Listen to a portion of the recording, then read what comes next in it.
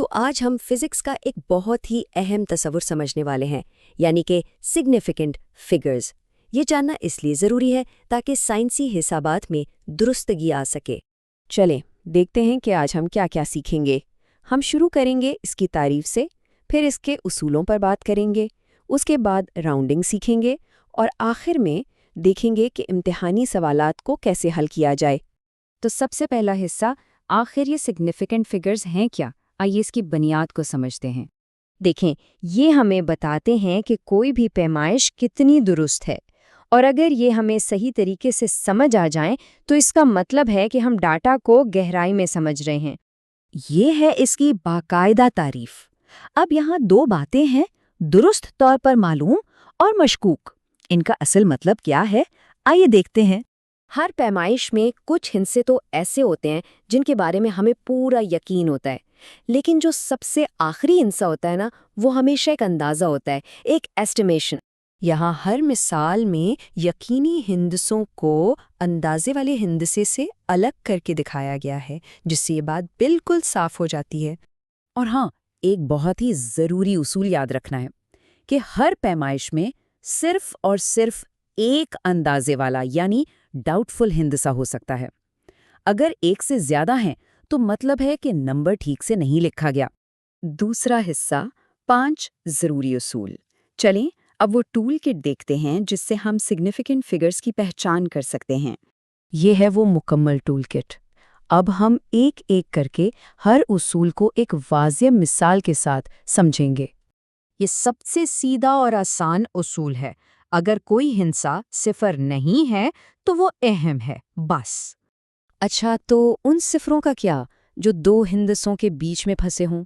وہ صرف جگہ بھرنے کے لیے نہیں ہوتے، وہ بھی بامعنی ہیں اور انہیں گنا جائے گا۔ کسی نمبر کے بالکل شروع میں جو صفر آتے ہیں وہ صرف اشاریہ کی جگہ بتانے کے لیے ہوتے ہیں، اس لیے ہم انہیں گنتی میں شمار نہیں کرتے۔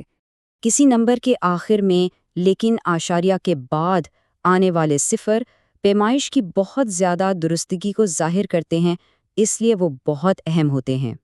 یہ آخری اصول تھوڑا سا ٹرکی ہے، لیکن اصل بات یہ ہے کہ ایک مکمل عدد کے آخر میں لگا ہوا ایک اعشاریہ کا نشان آخر میں آنے والے تمام صفروں کو اہم بنا دیتا ہے۔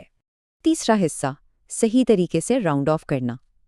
اصول تو جان لیے، اب انہیں عملی طور پر استعمال کرتے ہیں۔ راؤنڈنگ کا اصول بہت سیدھا ہے۔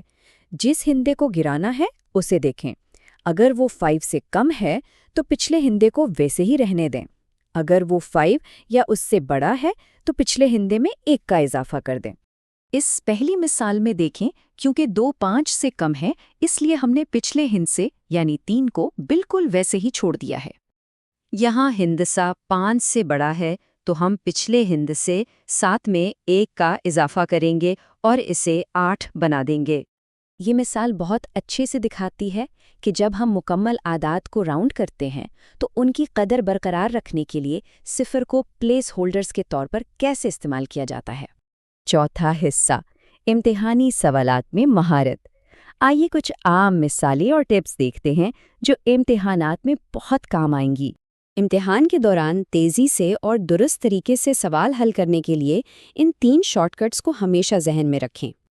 یہ ٹیبل دکھاتا ہے کہ ان مشکل مثالوں پر اگر اصولوں کو صحیح طریقے سے لاگو کیا جائے تو آپ سیدھا صحیح جواب تک کیسے پہنچ سکتے ہیں۔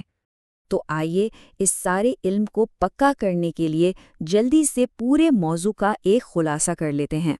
اب جب آپ درستگی کی اس گہرائی کو سمجھ چکے ہیں تو ذرا سوچئے کہ سائنس کے کون سے دوسرے تصورات اب زیادہ واضح طور پر سمجھ آ سکتے ہیں۔